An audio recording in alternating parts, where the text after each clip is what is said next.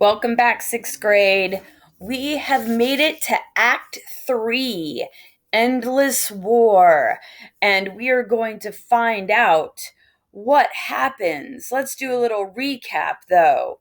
When last we left Rama and his friends, they were on the search for Sita, right?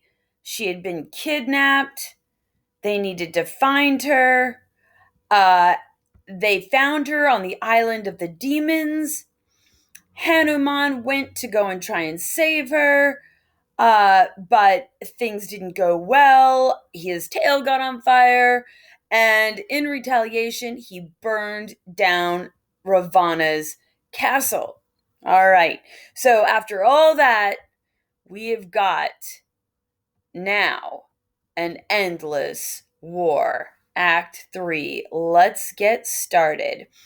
Today, we are going to really pay attention to how the pictures in the story, the pictures in the text, help us to understand what's going on.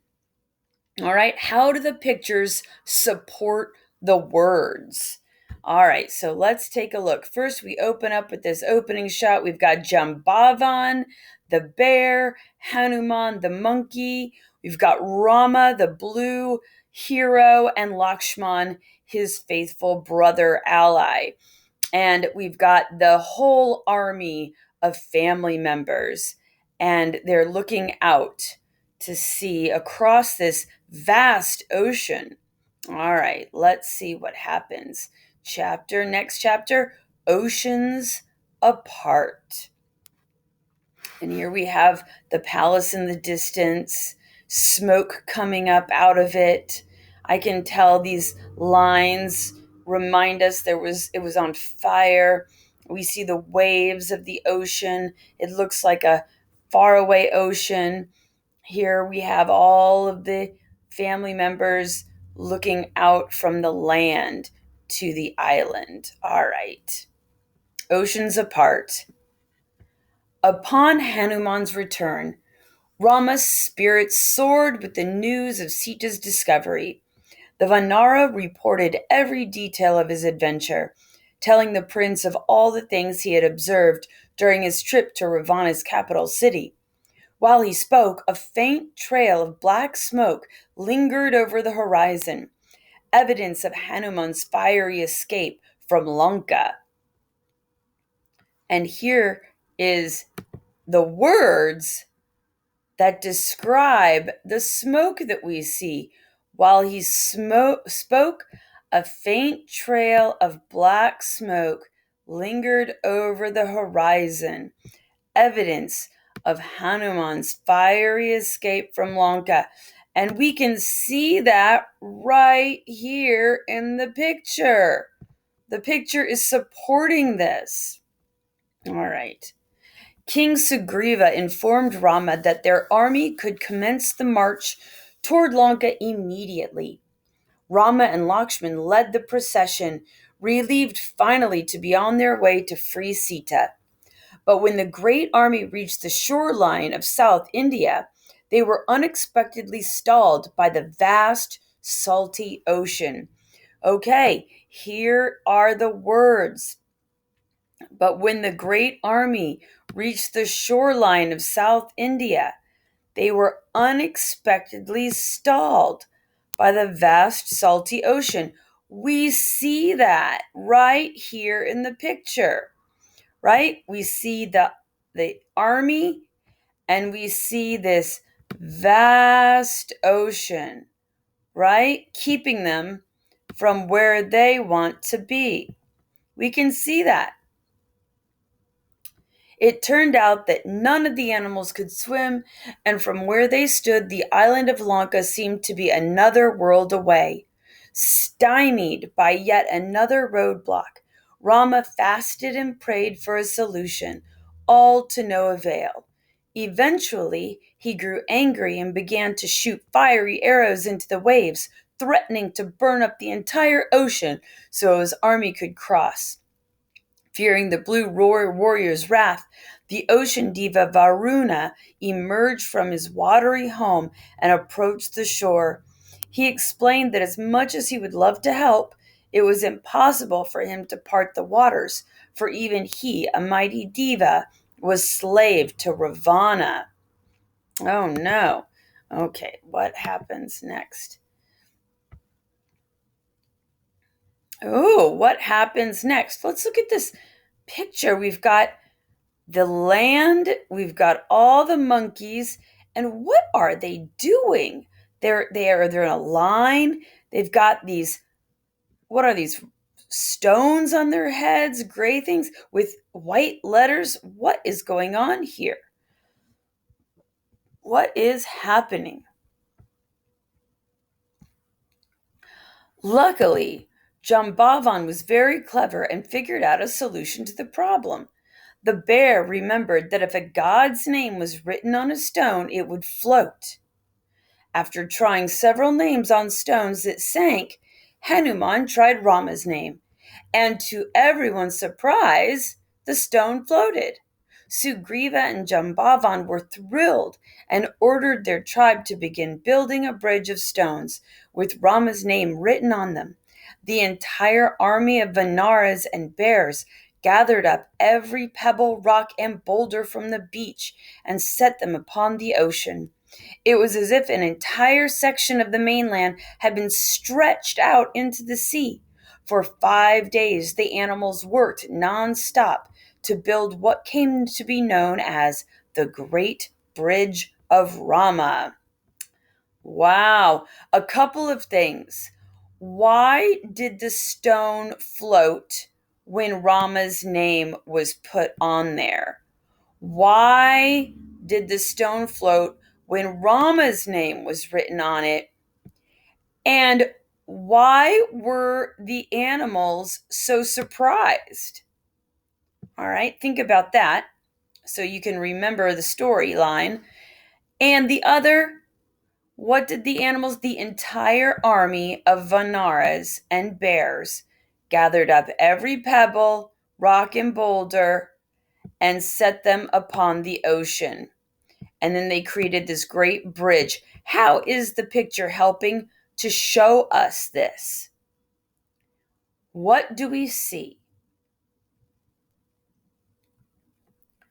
How is the picture helping to show us this? We have a picture after picture.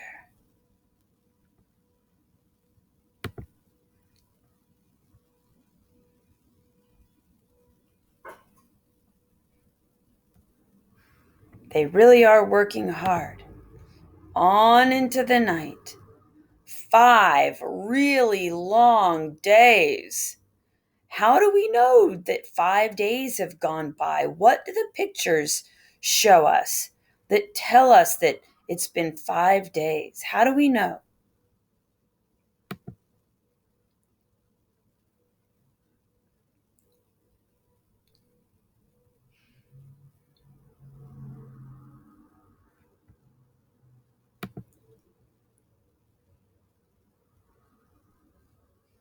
And finally, where do they land?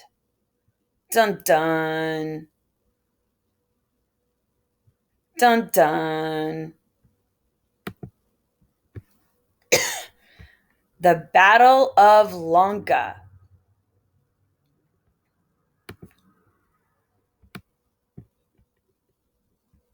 I'm going to get my little. Where's my mouse? There's my mouse. Hey, what's this one? Ooh, we're going to start right here. The Battle of Lanka. This is the title. All right. Once the bridge was complete, Rama's army marched across it to the island of Lanka. At the gates of Ravana's capital city stood the imperial demon army, equipped and ready for war.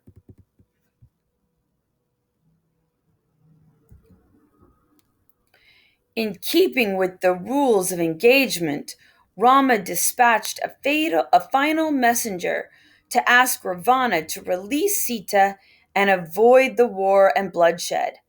But the demon king laughed off the request, declaring that the only thing Rama would gain from Lanka was his own death. Having no further choice, Rama instructed his army to make themselves ready for an attack. The bears uprooted trees and boulders, while the Vanaras tore down branches and gathered stones, making weapons with whatever might crack a Rakasha's skull. The jungle army stood ready to attack at Rama's signal. The blue warriors waited for the auspicious moment when the sun reached its zenith in the sky.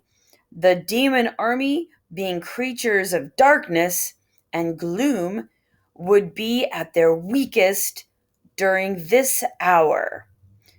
Wow. Okay, Rama knew when to attack. When the sun was at its highest, the zenith. As the sun finally reached its highest point in the sky, Rama issued the order to attack. A deafening roar erupted from the charging Vinaras and bears as they surged towards the hordes of demons, who responded in kind, blowing their horns and conches and conchs. The rancor was terrible as the armies thundered towards each other. How do we know what's happening? What does the picture show us?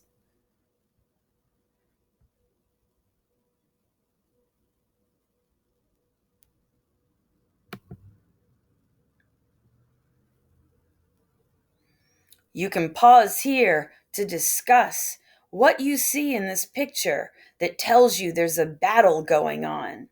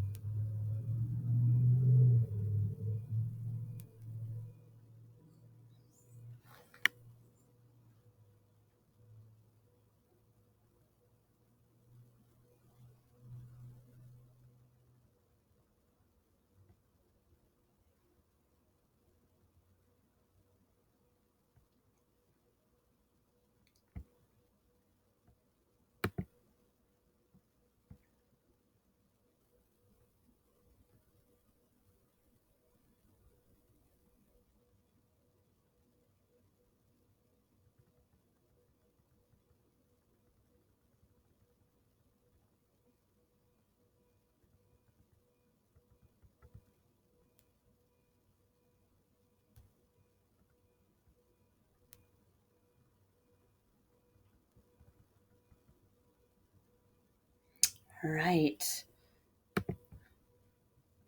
Evil arrows. Before long, it became clear that the monkeys and bears were more than worthy opponents. The animals shattered, squashed, and ripped apart their enemies. Noticing their ranks dwindling far faster than they had ever seen, the demons turned to sorcery and began firing magic arrows that transformed into deadly snakes. Where do we see this happening? Where do we see this happening in the images? The tide seemed to turn as Rama's warriors began dying by the hundreds. But then Lakshman picked up one of the snake arrows and fired it back at the demon army. As it shot through the air, it transformed into an eagle who screeching down upon the mass of snakes and began ripping the serpents to shreds. Where do we see this happening in the picture? Where do you see this eagle?